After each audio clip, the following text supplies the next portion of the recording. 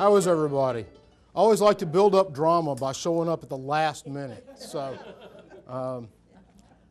let me forewarn you that I am not an expert on the Battle of Gettysburg. So if you ask me if your ancestor was in the 1st Wisconsin, was he standing here at this time, I will tell you I don't know. And to be even more honest with you, I don't care. But what we are going to do today, and I really come at this as a truly a historian of the Western theater of the Civil War. And in the summer of 1863, we all as Americans tend to get caught up in Gettysburg, okay? And Gettysburg is a great battle, a very important battle, and we're going to talk about it today. But you have to remember, that's one of 3 great campaigns that are going on in this country in the summer of 1863. And I will remind you, too, that Tennesseans are involved in all 3 of them. One of those great campaigns takes place right here in Middle Tennessee. That's the Tullahoma campaign.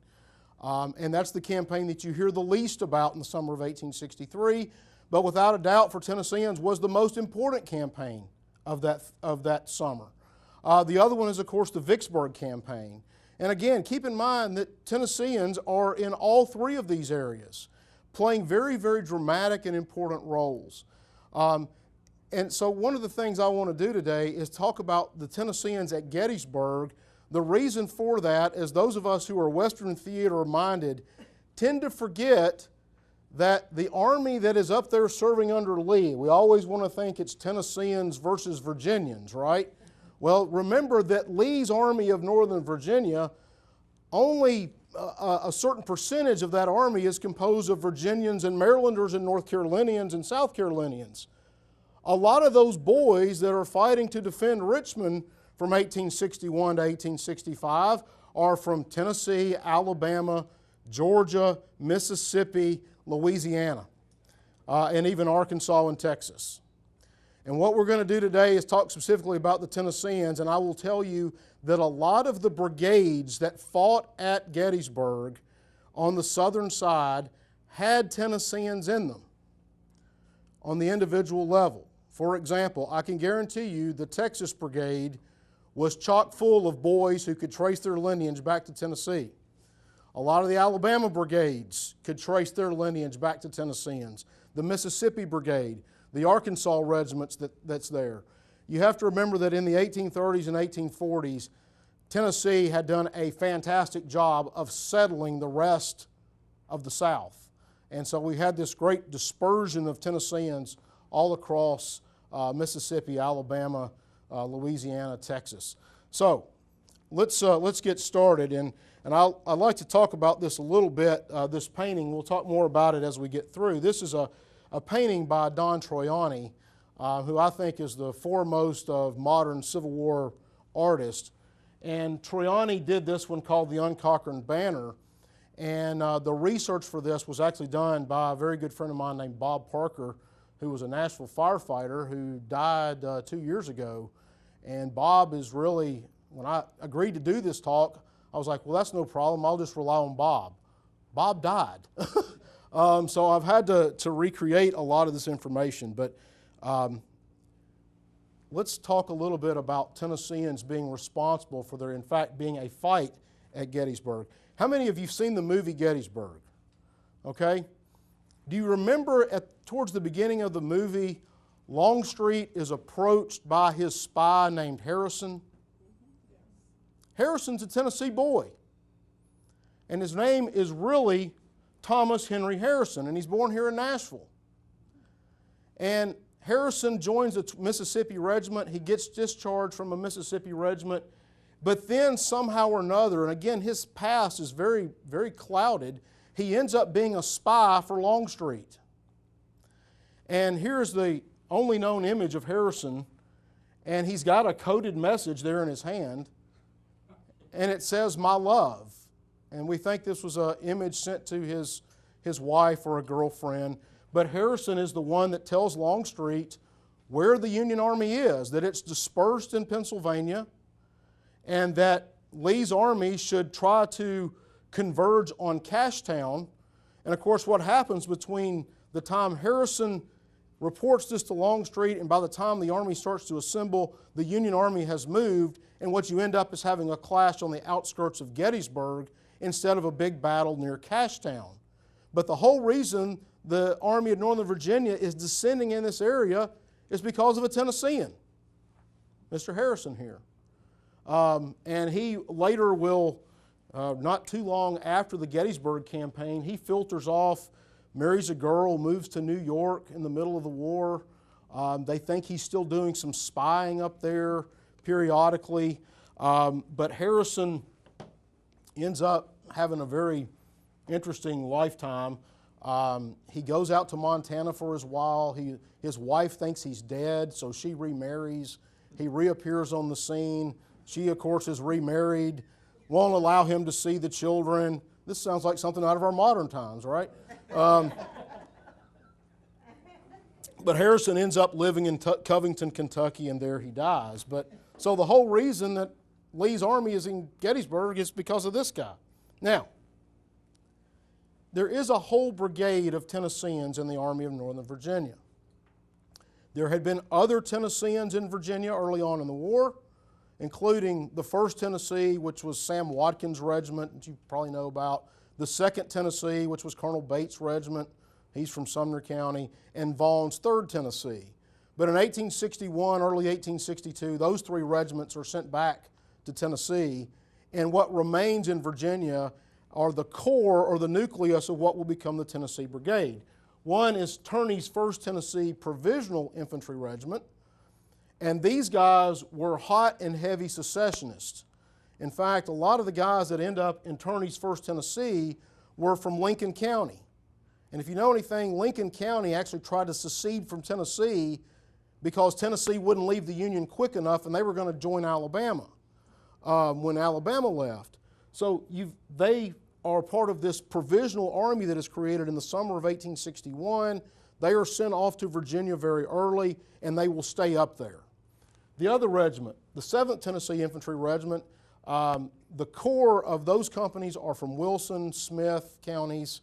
We'll talk more about the 7th in a little bit. And then the 14th Tennessee, which has companies primarily from Robertson, Montgomery, Stewart County, a few from Cheatham County. But these 3 regiments will serve together in the Army of Northern Virginia. They will fight in the Peninsula campaigns. They will fight at Antietam, all through those at Chancellorsville. And their first brigade commander is actually this man, Samuel Anderson, who's a Nashvilleian. Anderson resigns fairly early on because of ill health. He's also a little bit older, and he is replaced by a Wilson County Lebanon attorney named Hatton. And Hatton will be in command of the Tennessee Brigade for only a couple of days when he is killed at Seven Pines in 1862. After that, the command of the Tennessee Brigade actually falls to a Marylander who had moved to Texas, had been a colonel of a Texas regiment, and that is General James Archer. And we'll talk more about Archer in a little bit. So really from the middle of 1862 to the end of the war, this will be known as Archer's Brigade. Attached to Archer's Brigade for the Gettysburg campaign will be some of our southern neighbors, the 5th Alabama Battalion and the 13th Alabama Infantry Regiment. They probably had some Tennesseans in their ranks as well. Okay. The opening shots of the Gettysburg battle are fought by Archer's Brigade. In fact, Heath's division, as you see here, and they will stumble into Gettysburg and stumble into what they think is just Union cavalry, and that's what it is for the early stages of the battle. But coming up very quickly to support Buford's cavalry will be Reynolds' division of the Army of the Potomac. As the battle starts to develop, part of Heath's division, here's Archer's Brigade right here, will spin off slightly to the south of the Chambersburg Pike, and what they're going to try to do is get across Willoughby Run and outflank the Union position here, which had already started to occur on the northern side of the Chambersburg Pike by Davis's brigade. Archer's brigade, though, instead, as they cross Willoughby Creek, run smack dab into one of the best brigades in the Army of the Potomac, the Iron Brigade. They got that name for a reason. They were iron-headed. No, they were very good. So the Tennesseans and the Alabamians will stumble into the Iron Brigade, and disaster erupts. In fact, the 7th Tennessee finds itself outflanked. The 1st Tennessee is getting overrun. In the midst of all this craziness, Archer himself is actually captured. This, the painting we looked at a minute ago, is the color bearer of Turney's 1st Tennessee. And as Archer's brigade is being ordered to fall back, he defiantly stops, waves the flag, and according to one account, shakes his fist in defiance at the Iron Brigade before turning and falling back off the field. But regardless, this first day's nosebleed, what is just considered a nosebleed for the Army of Northern Virginia, is actually pretty much a shellacking for Archer's brigade. They are hit very hard on that first day. They then, on the second day of Gettysburg, in fact, if you're not aware of this, it's a 3-day battle. Archer's brigade on the second day is held completely in reserve. The reason they did that, they wanted to give them a chance to recuperate on the second day. Part of Pettigrew's entire division will be held in reserve, allowing them to recuperate. What happens on the second day, and we'll talk more about the second day in a minute because it involves some other Tennessee boys, is that Lee is unable to turn either Union flank. The third day, and everybody's heard of Picketts Charge, right? The greatest misnomer in American history. Pickett was only one of 3 divisions that were involved in the assault. The reason it's called Picketts Charge is because this army goes back to Virginia, and Pickett's division was composed of Virginians. And what do Richmond newspapers publish? News about the local boys. They forget about Pettigrew and Trimble's divisions, which are not composed of Virginians, but instead are composed of North Carolinians, Tennesseans, Alabamians, other folks, to say the least. So, Lee's next move is to then try to break the Union center. And this results in what we know as Pickett's Charge. And from now on, you're going to say, no, Pickett's, Pettigrew, Trimble's Charge. And here we go. And in fact, you have to remember this too. Not only Longstreet is usually given the credit or discredit for this, but 2 of the 3 divisions that take part in this attack are not even from Longstreet's corps. They're from A.P. Hill's corps. And that includes the Tennesseans. Now remember, Archer is captured, right? Well, he is now replaced by Colonel Fry of the 13th Alabama. And if you can see right there is Fry's brigade. Fry's brigade will be the rightmost brigade in Pettigrew's division. That means they are going almost directly towards the center of the attack. One of the most important things to remember about Pickett, Pettigrew, Trimble's charge is that everybody dresses on the Tennesseans. The rest of Pettigrew's division dresses on Fry. Even Pickett's division will end up dressing on Fry. The Tennesseans are directing this assault. Now let's see what happens. Well, let's back up a little bit. You see, this is the famous angle right here. Can everybody see that? That is going to be the focal point of the attack. Fry's brigade will go right into that angle. The Tennesseans, and this is much debated, will be, and I must say the Alabamians too, because there were 2 Alabama regiments there with them, will be the only brigade that actually plants its colors on the stone wall and manages to hold the stone wall. but only for a minute. But they do break the line, the first to do so. What happens, though, is they turn around and guess what? Nobody's behind them.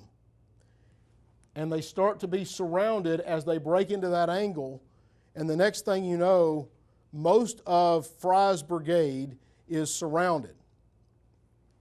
In fact, every regiment of Fry's brigade will lose its colors that day except for the 7th Tennessee.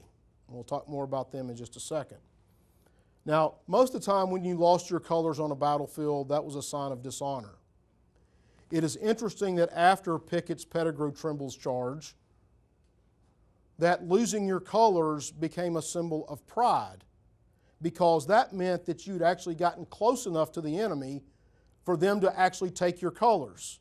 You have to remember, a lot of those follow-up brigades never even got that close before they were shattered and fell back. So all of those regiments in Fry's brigade end up losing their colors, except for the 7th. Fry, here is Brickett Fry of the 13th Alabama. He will be captured. Command of the brigade will then devolve on Lieutenant Colonel Shepard of the 7th Tennessee, probably one of my relatives if I was so lazy and would actually do some genealogy. But here are two of the Tennessee flags that were captured. This is the Turney's 1st Tennessee flag that was captured there. This is the flag of the 14th Tennessee. By the way, both of these flags are in the Tennessee State Museum collection. Money to have them conserved was raised by a group of reenactors in Virginia and Maryland and Pennsylvania who portray Archer's Brigade. They ended up giving us close to, when it was all said and done, close to $30,000 that they raised over about 10 years to have these flags conserved. So, the 7th Tennessee. 7th Tennessee's flag is saved. This is Captain A.D. Norris. A.D. Norris had actually attended school in the North, attended college there. And while he was in Pennsylvania, he actually heard Abraham Lincoln give a speech. He supposedly came back to Wilson County and told people, if that man's ever elected president, we're going to have trouble. And sure enough, A.D. Norris was correct. A.D. Norris ends up joining the 7th Tennessee and ends up becoming captain of one of the companies.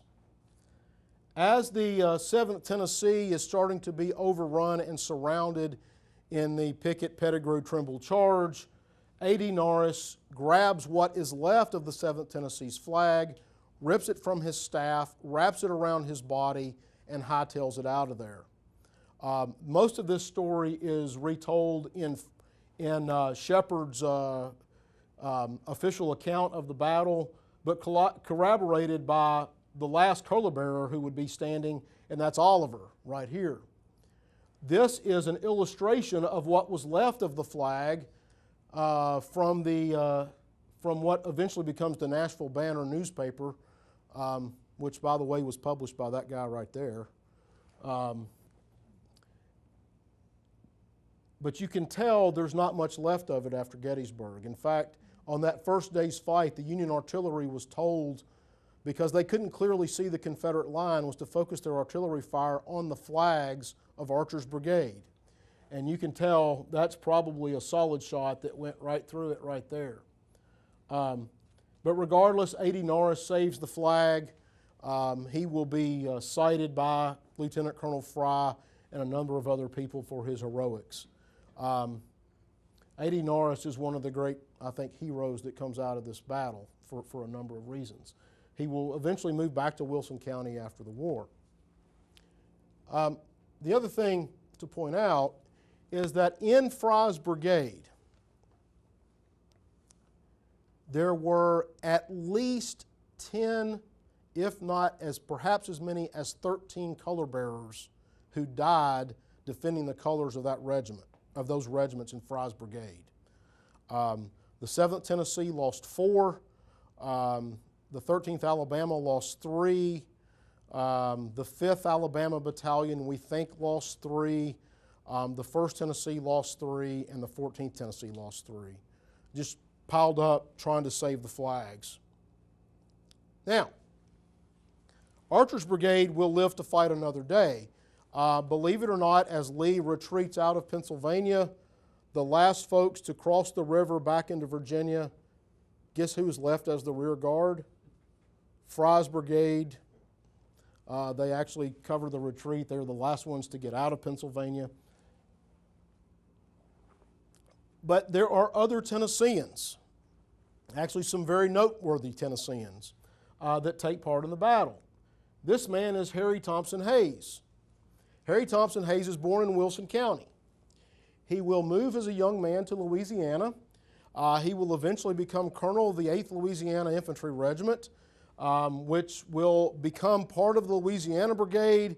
They will serve under Stonewall Jackson in the Valley for a while, and then Hayes is promoted and will become the entire brigade commander of the entire Louisiana Brigade. Harry Hayes was known as a hard drinker and a hard fighter, but all of the Louisiana Brigade was. In fact, they had moved through Gettysburg 2 days before the battle and found a bunch of liquor, and really by the time the battle begins on July 1st, they'd been on about a 3-day drunk. And probably the reason they were so angry when they got there is their hangovers were starting to take effect. Hayes' brigade is part of Richard Startled Ewell's corps, part of Early's division, and when they show up on the northern flank of the Union Army on July 1st, what they are trying to do is turn that flank, and they head straight for the town of Gettysburg and actually do end up possessing the town, which forces the rest of the Union Army to fall back to the south of the town. Here is Hayes' brigade sitting right in the middle of Gettysburg itself. They will take part in some of the assaults along the ridges there, down here along Culp's Hill later on the second day. They don't play a significant role in the battle, but Hayes was certainly an important guy in the Army of Northern Virginia. Included in that brigade, by the way, were the Louisiana Tigers, who were noteworthy for stealing stuff all the time. Hayes got into it with Robert E. Lee on more than one occasion because Lee was always complaining about Hayes' brigade being a bunch of thieves, and Hayes would always respond, well, we always fight when you need us. If you don't like us, send us back to Louisiana. They never left, by the way. They always stayed with the Army in Northern Virginia. Another Tennessean is William Barksdale. William Barksdale is born in Rutherford County, near Smyrna. As a young man, and he's actually educated here in Nashville, goes to the University of Nashville. He will move to Mississippi. He will become an attorney. He will command the 7th Mississippi Infantry Regiment. Eventually, he too will rise through the ranks and become commander of the entire Mississippi Brigade in the Army of Northern Virginia. Barksdale, even though he has no prior military training, is a very good officer. He's very connected to the men. He's fiery. He likes to fight. He likes for his men to fight. And on the second day, at a place that you probably know as the Peach Orchard, Barksdale will win accolades for his Mississippi Brigade. Here is Barksdale's Mississippi Brigade. They will go charging into the Peach Orchard. In fact, when Longstreet shows up and he's ordered to charge into this area, he's trying to keep a leash on Barksdale because Barksdale wants to take off. Barksdale sees 2 batteries right in front of his brigade, and he can't wait to take them. It's like a wild dog on a leash. He's just tearing to go, tearing to go, tearing to go, and finally Longstreet takes the leash off, and Barksdale's brigade just goes storming across there, captures the Union batteries, and manages to push the Union Army out of the Peach Orchard. However, the Union Army doesn't stand foot. They countercharge, and Barksdale will be killed. And this is another illustration by Don Troiani, and this is Barksdale's 13th Mississippi charging into these New York Zouaves there at Gettysburg, just moments before Barksdale will receive his fatal wound. Again, Barksdale goes down in history as being a Mississippian, but he's a Tennessean by birth. Another one. He has the distinction of probably having the longest name of the guys we're going to talk about. Cadmus Marcellus Wilcox. Cadmus Marcellus Wilcox is from Covington, Tennessee, in West Tennessee. And Cadmus Marcellus Wilcox attended the United States Military Academy. He's a very well-educated, very sturdy, very reliable officer. He ends up somehow or another becoming colonel of the 9th Alabama Infantry Regiment. How that happened, I still have yet to figure out exactly, except that perhaps there just weren't enough educated Alabamians to take command. There's a joke there against the Alabamians. That they ended up being commanded by a Tennessean. But regardless, Wilcox's 9th Alabama will be sent to the Army in Northern Virginia. And Wilcox will command the Alabama Brigade for the entire war. And if you see, Wilcox is right here. Right beside him is Barksdale's brigade. So you got two Tennessee officers commanding these brigades right next to each other on the second day. Wilcox's men do an admirable job on day 2. They don't suffer a lot of real heavy casualties. They do suffer some significant ones trying to climb up that ridge, but Wilcox's Alabama Brigade will be called into service again, just like the Tennessee Brigade was, because going back to the Pickett, Pettigrew, Trimble Charge map, you see right here is Cadmus Wilcox's brigade. And towards the end, as this charge is starting to fall apart, Longstreet wants Wilcox's brigade to actually charge here into this vortex.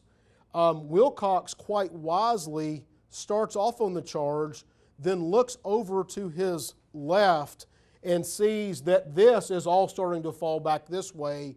And now the Union artillery, which had been pounding this, is now turning slightly and starting to point their muzzles towards Wilcox and Lang's brigade. And Wilcox wisely disobeys orders and orders his men simply to halt. They do not go in because most assuredly had they gone in, it would have been just another tragedy added to what had already gone on over on their left. Wilcox manages to save what's left of his brigade that day by doing so.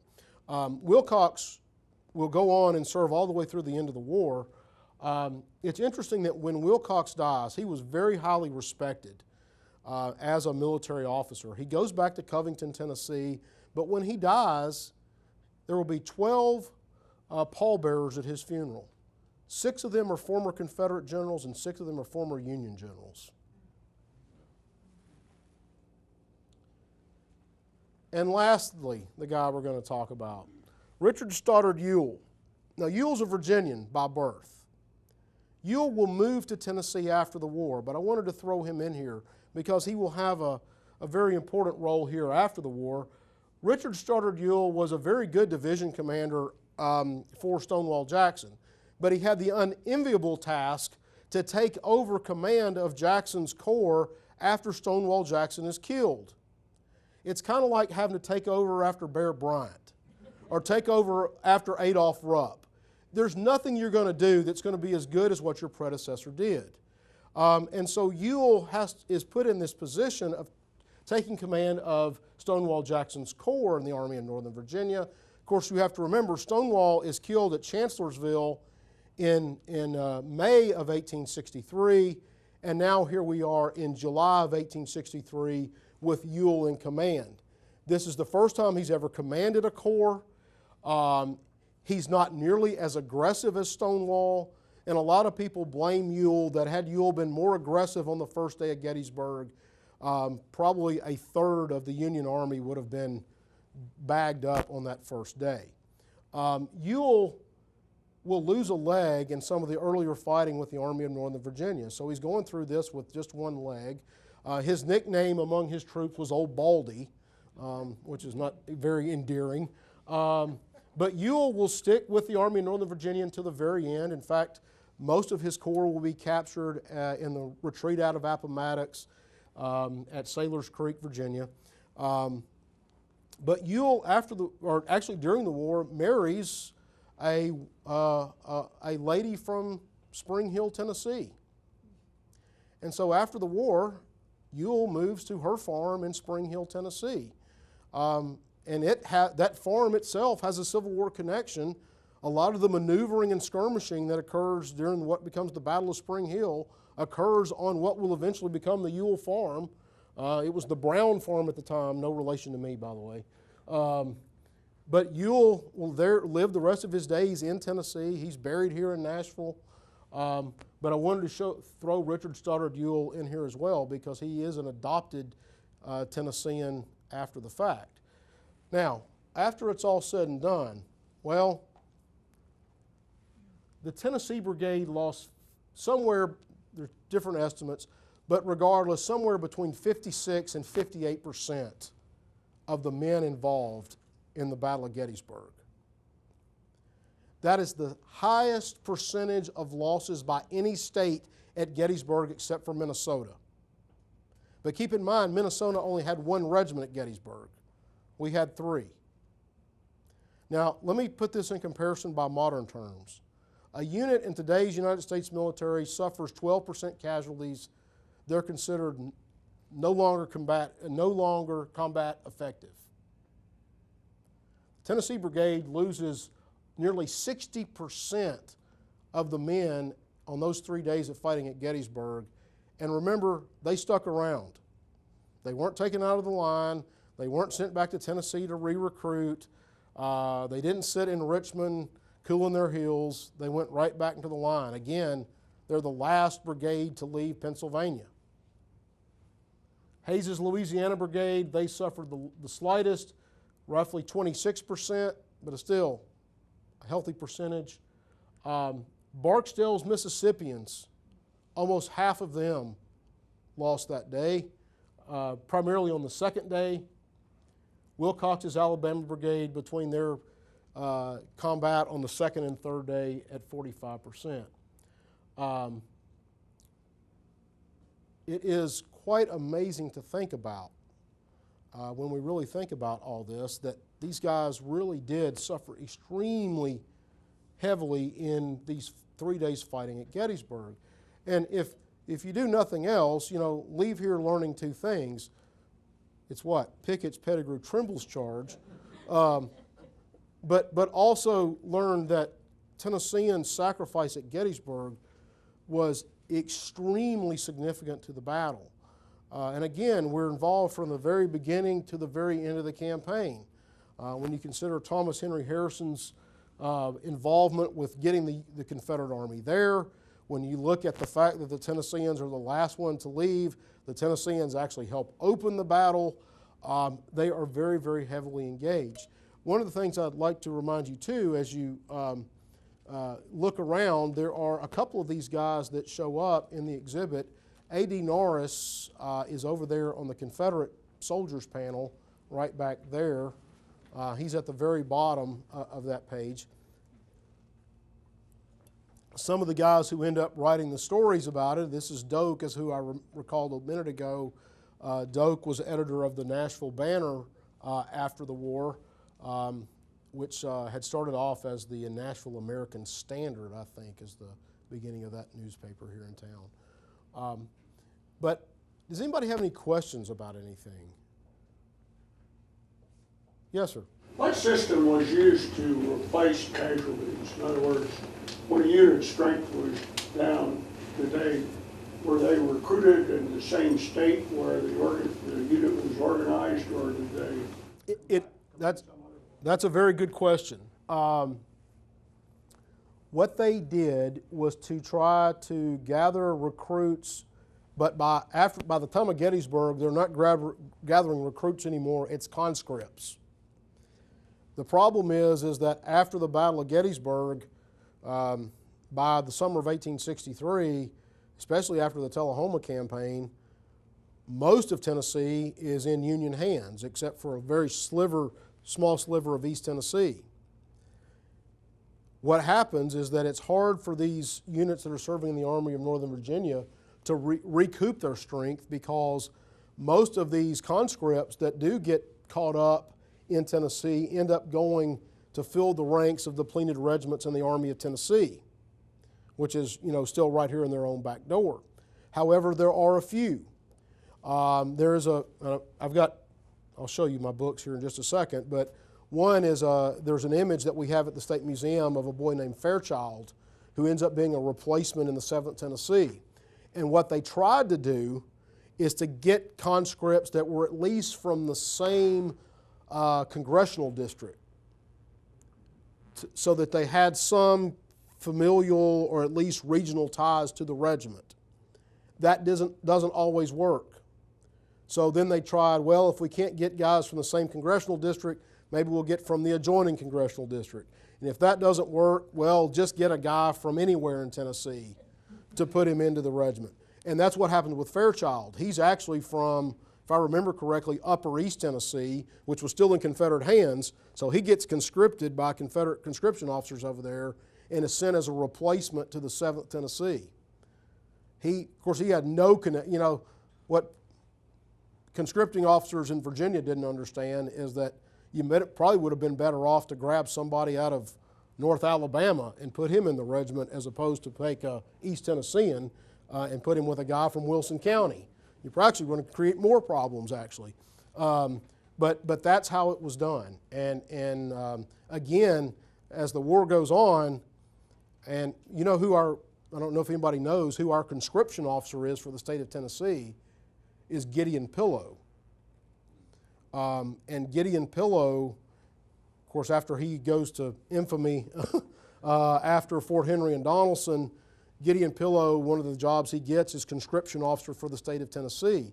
Not a fun job, especially trying to get conscripts out of state that's largely in Union hands. He actually tags along sometimes with Forrest, because what Forrest does is raid into Tennessee, and Pillow says, well, this will be a good chance for me to grab conscripts. The problem is, most of those guys, instead of being conscripted, go, hey, I can avoid being conscripted if I volunteer for Forrest Command. I get to stay close to home. And so Pillow only has moderate success at that. But that's generally how it was done, and followed suit in other Confederate states as well. Of course, we have a unique challenge.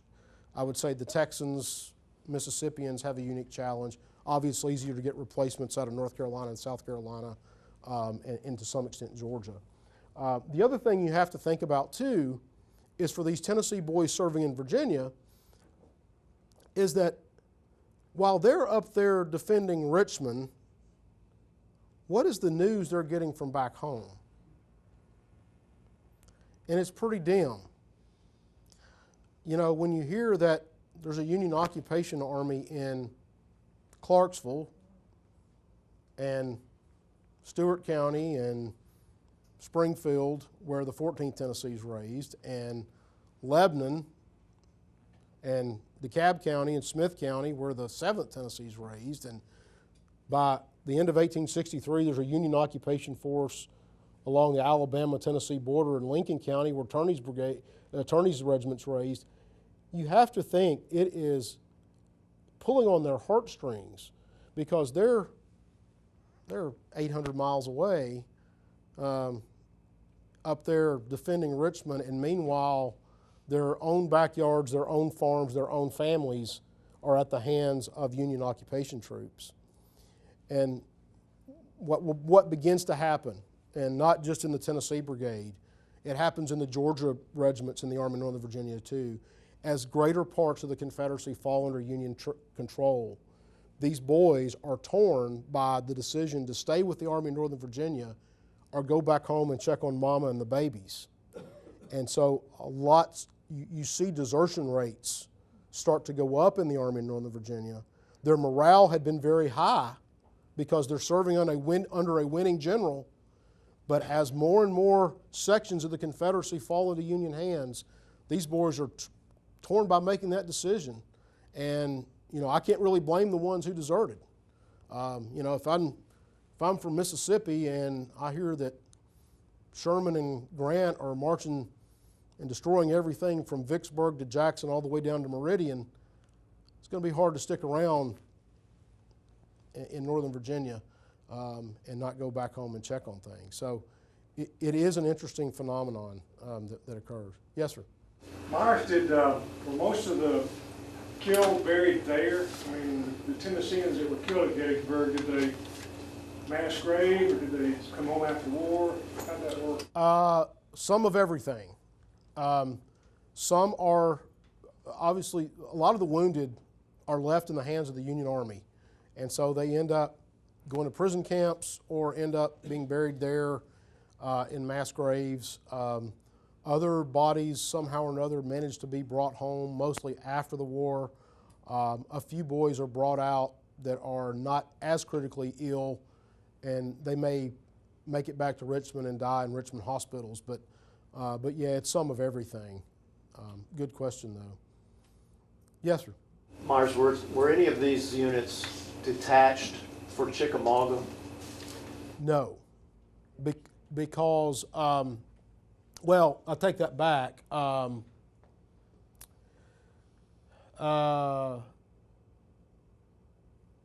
Barksdale's Mississippians do come down with Longstreet, but the Tennesseans did not because they were in A.P. Hill's corps, and it's only Longstreet's corps that is detached.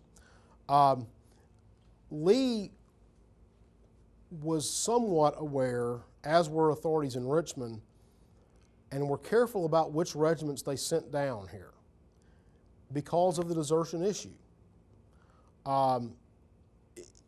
If you get these Tennesseans and you drop them off in Chattanooga,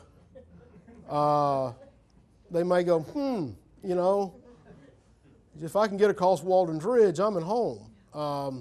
So there was some thought to that. So you end up at Chickamauga, you get Kershaw's South Carolinians, which, by the way, weren't allowed to get off the trains when they go through South Carolina.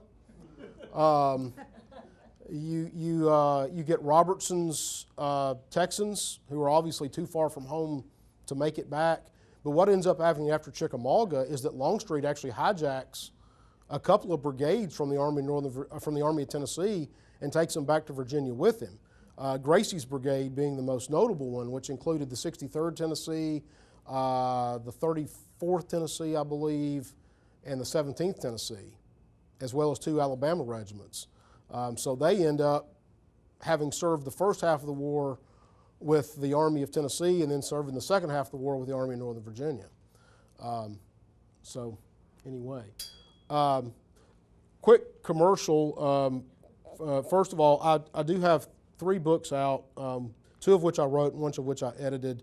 One is Images of Tennessee's Confederates, which has some of these guys in the book that we've talked about, including some of the enlisted guys that we didn't bring their images up. Images of Tennessee's Union Cavalrymen, which no Tennessee Unionist actually ended up at Gettysburg, that we know of anyway. And then I've edited recently the most recent edition of the Tennessee Historical Quarterly's Best of series for the Civil War Sesquicentennial, which is on Nathan Medford Forrest and Confederate Cavalry in West Tennessee. So I have those available if anybody's interested. I would recommend, first of all, let me say this. There have been more books written about Gettysburg than any other battle of the Civil War. I can't tell you I looked at every one of them for this, but there are a lot of good ones out there. 2 that are I think kind of fun to look at. This one is good, especially if you're looking at the history of specific brigades, which is the Brigades of Gettysburg. So if you're interested, if you had an ancestor in a Wilcox's brigade or something like that, this one is really good. That talks specifically about what they did. And then this one is Thomas Flagle, who many of you probably know, teaches down at Columbia State, co-authored this one, which is the History Buff's Guide to Gettysburg. And it's great because it's a lot of top 10 lists, like the top 10 percentage of casualties at Gettysburg. And again, Tennessee comes in number 2 on that list. The other thing that is the top 10 deadliest fields at Gettysburg, and I will point out that number 1 on the list is Herbst Woods, which is where the Tennesseans charged into the Iron Brigade on July 1. So again, it's kind of a fun book. I would also like to mention that the rest of the Army of Northern Virginia owes Tennessee a thanks, because on July 1st, the Tennesseans essentially destroyed the Iron Brigade.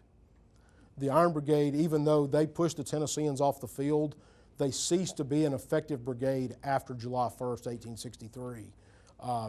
They were still together theoretically, but their numbers were so low they really could never take the field again, as they had done on many other battlefields of the Army of the Potomac. And that probably saved Confederate lives somewhere down the road. So anyway, you're welcome, everybody else. Anybody else have any questions about anything? What was the purpose of the Home Guard? The purpose of the Home Guard, the Northern Home Guard or the Southern Home Guard? You had two different groups of Home Guard in Tennessee. You had those who were loyal to the Union and those who were loyal to the Confederates. And in some counties you had one of each. In some counties you had more than one of each. And a lot of times they fought each other. Sometimes they just terrorized the civilians. But the purpose of the Home Guard theoretically was to raise units of older men and young boys who didn't qualify for regular Confederate service to somehow keep the peace. So they're a quasi-police force, quasi-military force. They could be called out theoretically in times of crisis to actually fight in pitched battles, but that was rarely done in Tennessee. In Georgia, you have some Home Guard units who fight in the Atlanta campaign on the Confederate side, but yeah, that's generally the category they fall into.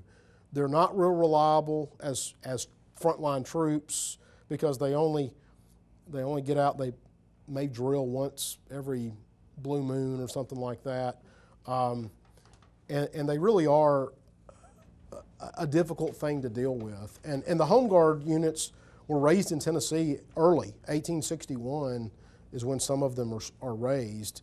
But as soon as, the ones raised in 61 are obviously for Confederate service, but as soon as any sort of semblance of a organized Union Army shows up, they either just surrender or just disappear into the mountains and or hillsides and say, Home Guard, what Home Guard?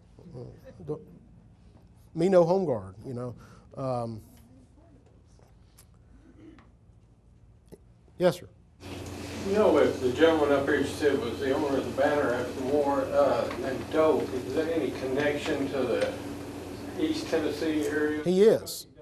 He is.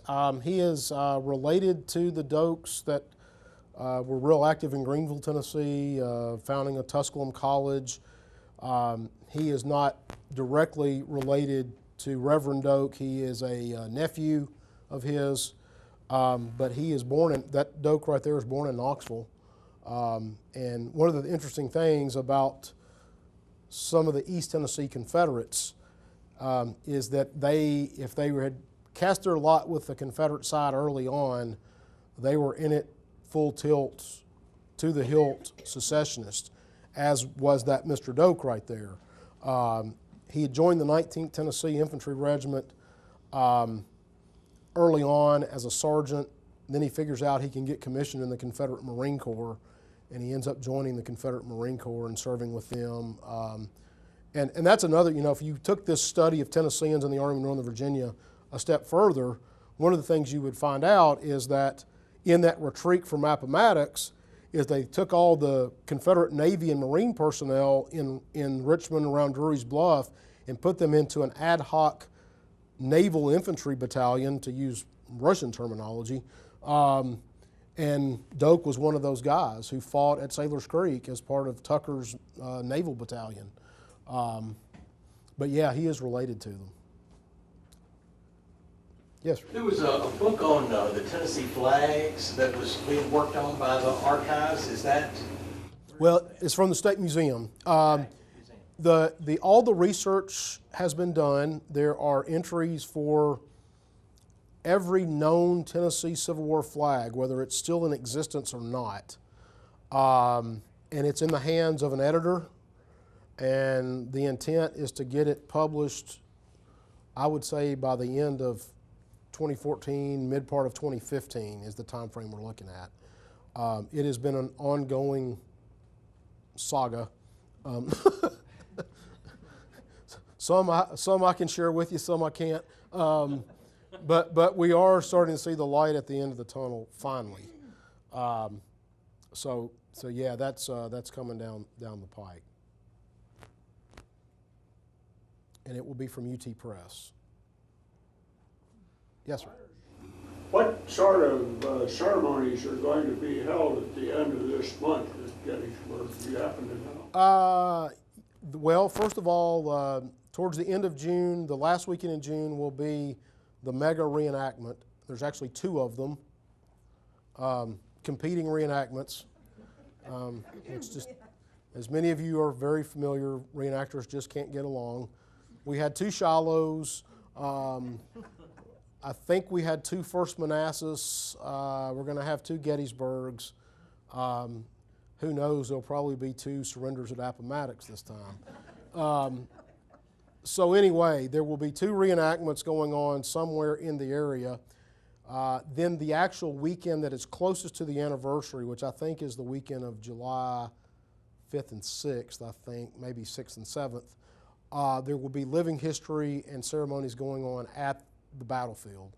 Because as you know, they can't have reenactments on the actual battlefield. So the reenactments will take part somewhere in the Gettysburg vicinity, but not on the real battlefield.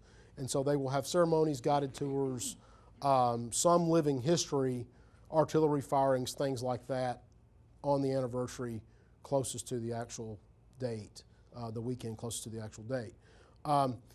Keep in mind that simultaneously you will have programs going on at Vicksburg, because Vicksburg surrenders on July 4th of 1863, and right before that, the week before that, was the Tullahoma campaign, and there will be programs. There's 3 weekends of programming around the Tullahoma campaign. The first one starting July 15, 16 at Stones River National Military Park. I'll be part of that one, where some of us will be portraying Wilder's Lightning Brigade. And then the next weekend will be a whole series of guided bus tours taking you to the Tullahoma campaign sites. And then the third weekend will actually be programming going on in the town of Tullahoma. So there's a lot going on between really June 15th through about July 8th or 9th that commemorate these 3 great campaigns of the summer of 1863. How many regiments were organized within Tennessee? On the Confederate side, fully organized 63 infantry regiments. Some of those were later looked at and said, well, they're not really at full strength and were consolidated. But on paper, there's at least 63. Cavalry regiments are almost impossible to figure out if any of you have ever done genealogy work or research on Tennessee cavalry regiments, because they kept renumbering them. But there's somewhere between 25 and 30 cavalry regiments.